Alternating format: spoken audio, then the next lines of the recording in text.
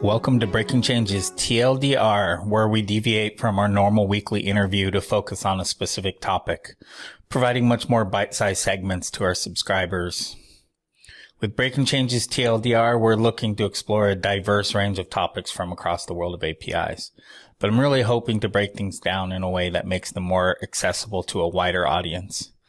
Today, we're going to talk with Keir Lamont from the Computer and Communications Industry Association about the Augmenting Compatibility and Competition by Enabling Service Switching. Wow, that's a mouthful, but also known as the Access Act of 2021. That's moving through the Congress in the United States right now. Let's dive in. What is the Access Act of 2021? So starting at the beginning, I would say in October 2020, the United States House Judiciary Subcommittee on Antitrust completed a 16-month investigation into competition on digital markets. The completion of that investigation resulted in a 450-page staff report of findings and recommendations. Now, 3 pages of that report was focused on promoting innovation through interoperability and open access. Now, more recently, in June of this year, we're seeing some outcomes from that report, with members of the Antitrust Subcommittee introducing 5 separate bills focused on competition issues. Now, these bills range from kind of relatively non-controversial. There's one that would focus on raising merger filing fees to increase funding for antitrust enforcement. Some are more kind of controversial. There's a proposal that would essentially rewrite our prevailing antitrust norms and include structural separation requirements for integrated services that have different lines of business. And this could potentially have major negative impacts on many of the free digital services that consumers currently enjoy. So one of these 5 bills is the Access Act. That's the backronym, and its full title is the Augmenting Compatibility and Competition by Enabling Service Switching, as you said. And so this bill is actually kind of the odd one out among this package. It wasn't fully the product of this committee, as it seems. Much of the text was borrowed from a previous 2019 bill in the United States Senate. So the Access Act essentially singles out a handful of large so-called covered platforms and imposes obligations on those platforms to enable data portability and interoperability with competitors and any potential competitors. Wow, that's pretty grand vision and quite a precedent from an API perspective. But is the lack of detail in the Act a problem? I think it absolutely is. And thank you for that great question. So my organization has some pretty significant concerns with the approach that this bill is taking to data portability and interoperability. These are concepts that can be pro-consumer, can be pro-innovation, and we've supported portability and interoperability in many contexts in the past. However, when it comes to actually mandating data portability and interoperability, there's kind of a suite of different policy and technical issues that are raised, which we don't really see grappled with within the substance of this act itself. Data portability is mandated. However, data is not defined. That's left to the Federal Trade Commission to figure out on the back end. Interoperability is required. And once again, interoperability is not defined within the context of the act itself. So I think looking at this bill, we're kind of left scratching our heads as to what changes in industry and business practices are actually being sought under the bill itself. Yeah, I can see there's going to be a lot of questions from anybody that's going to be impacted by this legislation. But do you think the government should be in the business of defining these kind of standards?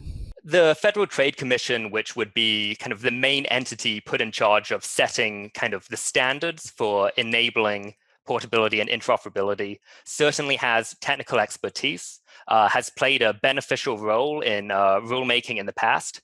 However, that rulemaking is usually best served kind of answering narrow questions to help laws remain flexible and relevant in light of emerging technology, kind of kicking some of these huge kind of fundamental questions, fundamental balancing trade-offs about how these interfaces would work to the FTC seems like it would just be opening up kind of a new political football that could go back and forth as the balance of power shifts in Washington going forward, and kind of a narrower role for the agency and answering some of the technical specifics would probably be a better path forward here. We've seen, obviously, in the industry space before, there have been efforts to promote data portability and interoperability. They're usually kind of most successful when it's multi-stakeholder-led, voluntary, open source efforts that various partners can sign up for and participate in. And when you start mandating these requirements and actually giving a very short timeline to actually have results and start implicating them, you risk having a host of negative impacts if privacy and security standards and requirements aren't fully thought through, if some of the issues relating to incentives to innovate and the ability to continue to differentiate your services and products, if you're required to integrate them through interoperability with your competitors. If some of those issues aren't considered, I can see major drawbacks here, both for business and consumer welfare and the products they enjoy. It feels like it'll be critical to make sure and have the right people at the table for this. But could there be other downstream effects to this type of legislation? I think that's a good question. I think a benefit of some of those other areas of potential regulation that you discussed is that they are kind of looking at specific sectors and setting the rules for a specific sector. When it comes to just requiring data portability and interoperability for covered platforms, many of these platforms are involved in kind of different lines of business, offering different services, and it's not clear what interoperability necessarily means actually in the context of some of those services.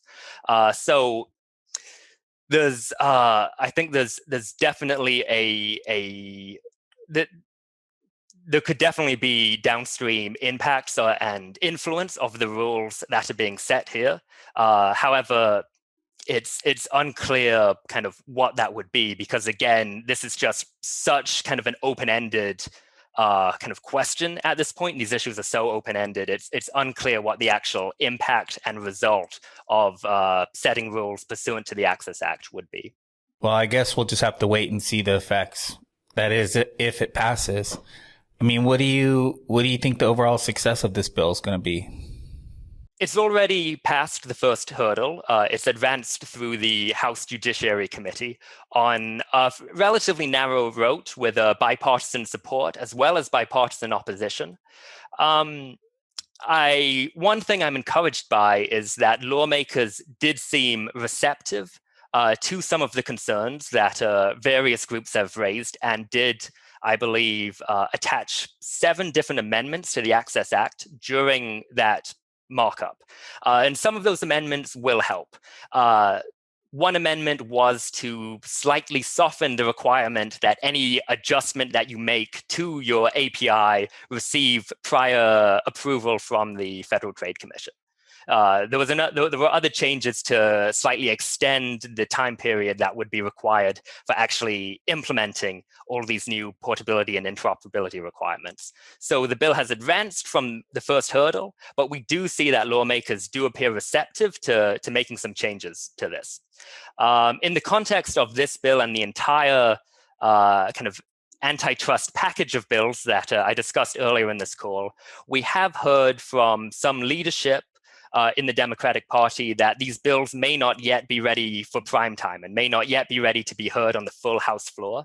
So I think these kind of conversations with lawmakers and with kind of industry partners and various advocacy groups are ongoing, and there is a potential to make additional kind of positive amendments to this legislation going forward. Beyond that, I can't really predict what the chance of overall success may be at this point. Agreed. I'm not too optimistic about it, but I still feel it provides a relevant precedent regardless of what the outcomes are. Anything else we should consider about this legislation?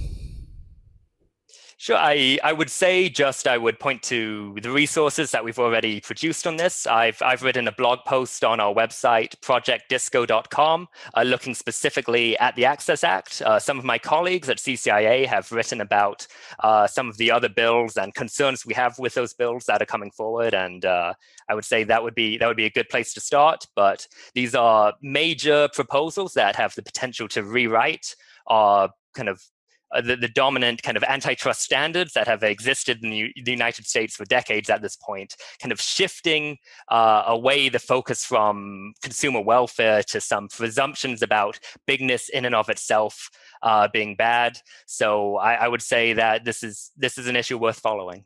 Clearly, there's a lot of politics at play, and we indeed will be following it pretty closely. I really appreciate your expertise on this. For us technologists, it's easy to think about things from such a technical point of view, but you really helped me see it through a policy lens. I appreciate it. Thanks for being part of our discussion on this very important bit of legislation. You can subscribe to Breaking Changes TLDR segments as well as full Breaking Changes episodes on Amazon Music, Apple Podcasts, Spotify, and Google Podcasts. Or head over to postman.com/events/breaking-changes for more information.